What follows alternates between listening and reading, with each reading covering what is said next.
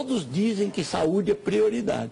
Ora, meu Deus, se saúde é prioridade há tanto tempo, por que a saúde está com dificuldade até hoje? É porque ela é prioridade no discurso. É, exatamente, nunca foi prioridade. É prioridade no discurso. Você quer saber o que é prioridade? É a Previdência Social. Porque em 95, os gastos da Previdência Social eram pouco mais que o dobro dos gastos da saúde. No ano passado, os gastos da Previdência Social são 5 vezes os gastos da saúde. Você está falando da Seguridade Social de modo geral? Não! Da Previdência e Assistência Social. Olha, pegue o orçamento deste exercício de 2010. Orçamento publicado pelo Ministério do Planejamento.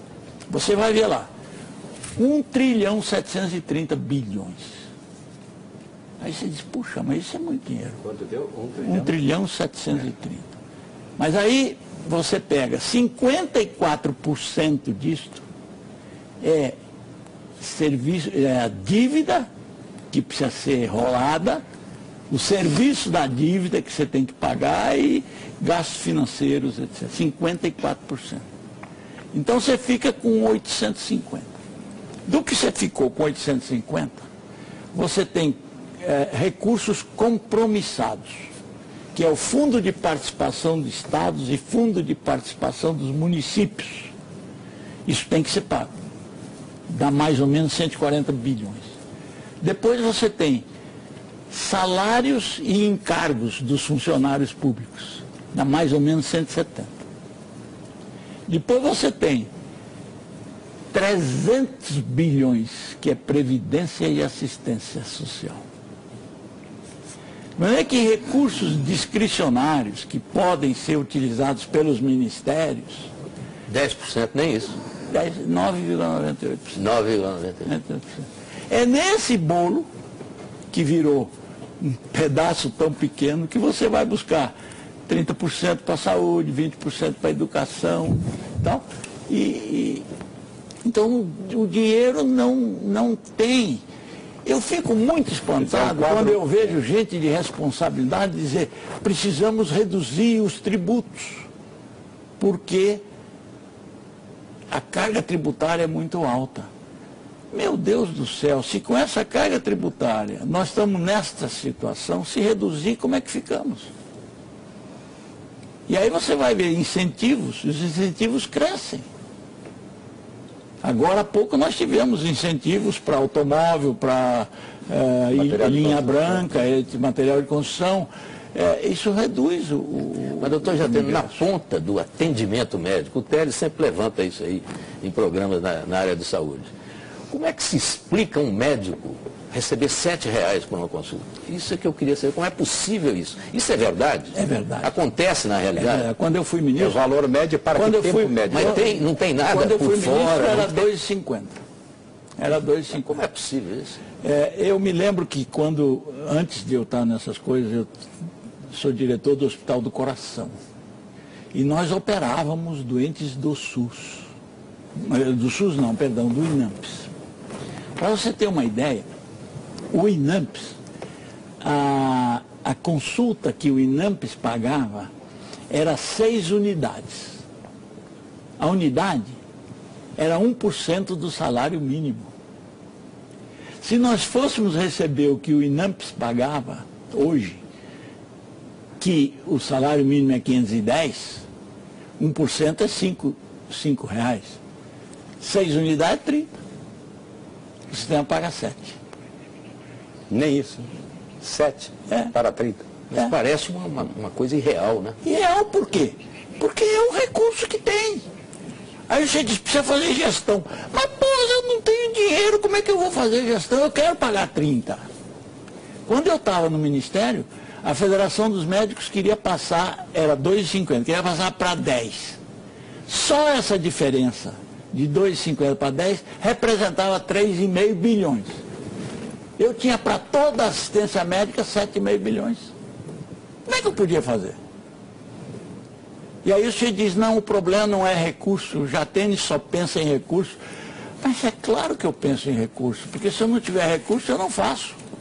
É, porque tem um grande discurso aí a respeito da gestão, né? Que a gestão tem que ser aperfeiçoada, que há um desperdício muito grande. E aí comparam a iniciativa privada com o serviço público. Muito bem. A iniciativa privada trabalha com R$2.000 per capita ano. E o sistema público de saúde trabalha com R$300 per capita ano. É simples. É 1/8. É simples. Não tem milagre.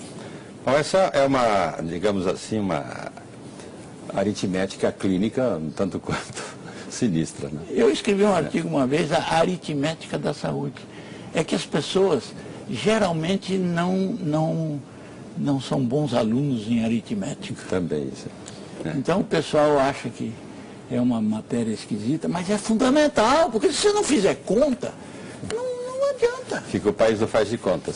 Agora, o fato é que o SUS atende 400 milhões de doentes todo ano de consulta, né? 3 milhões de quartos. Interna 11 milhões. 11 milhões de internamentos, então, de alguma maneira, funciona funciona razoavelmente. Agora você veja gestão.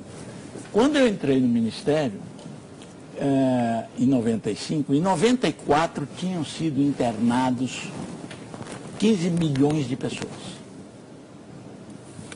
15 milhões. Eu fiz, isso equivalia a 10% por ano, o que não é um despropósito. Mas eu resolvi olhar município por município. Então nós tínhamos o município de São Paulo, internava 6,2% da população por ano.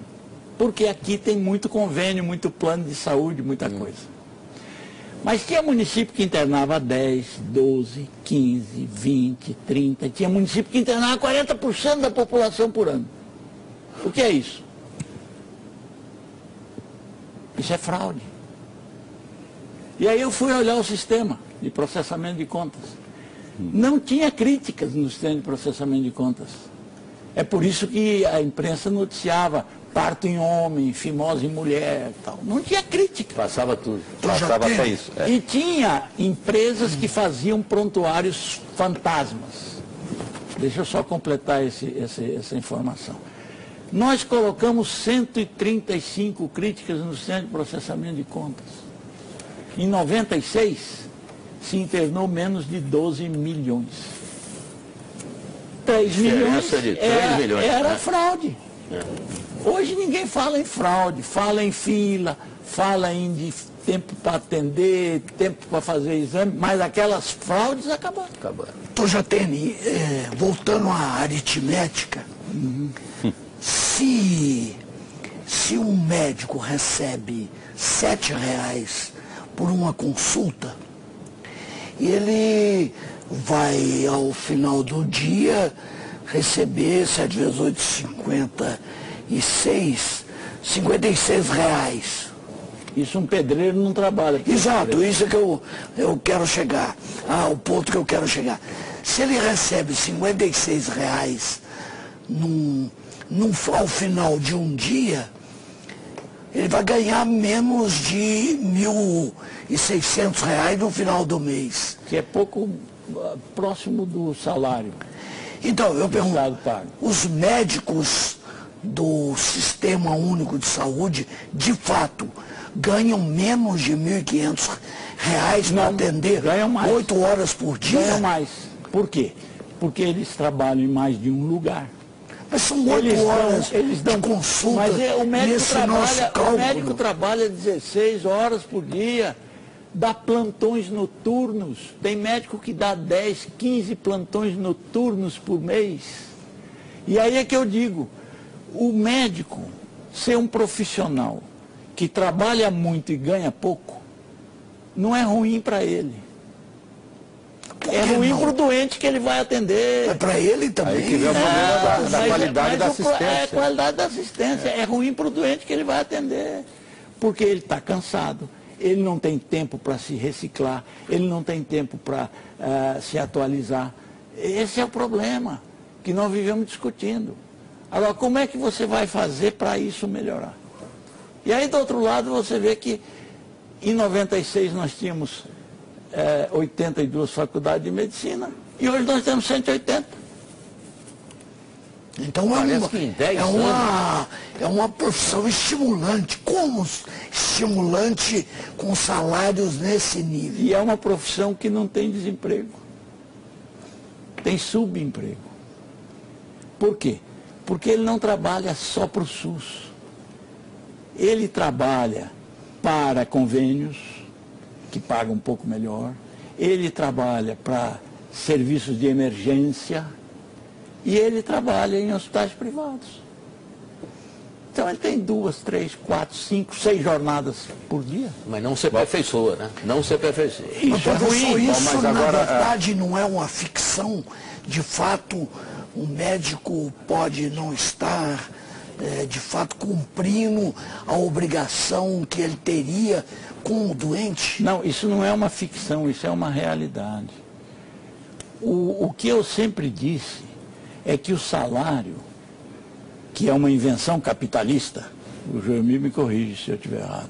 É a invenção capitalista do O salário é uma invenção capitalista. do século XVIII ainda. Que os esquerdistas nossos consideram conquista. Não é? Porque eles querem que o sujeito seja funcionário público com salário, etc. Pode servir para várias profissões, mas não serve para a profissão médica.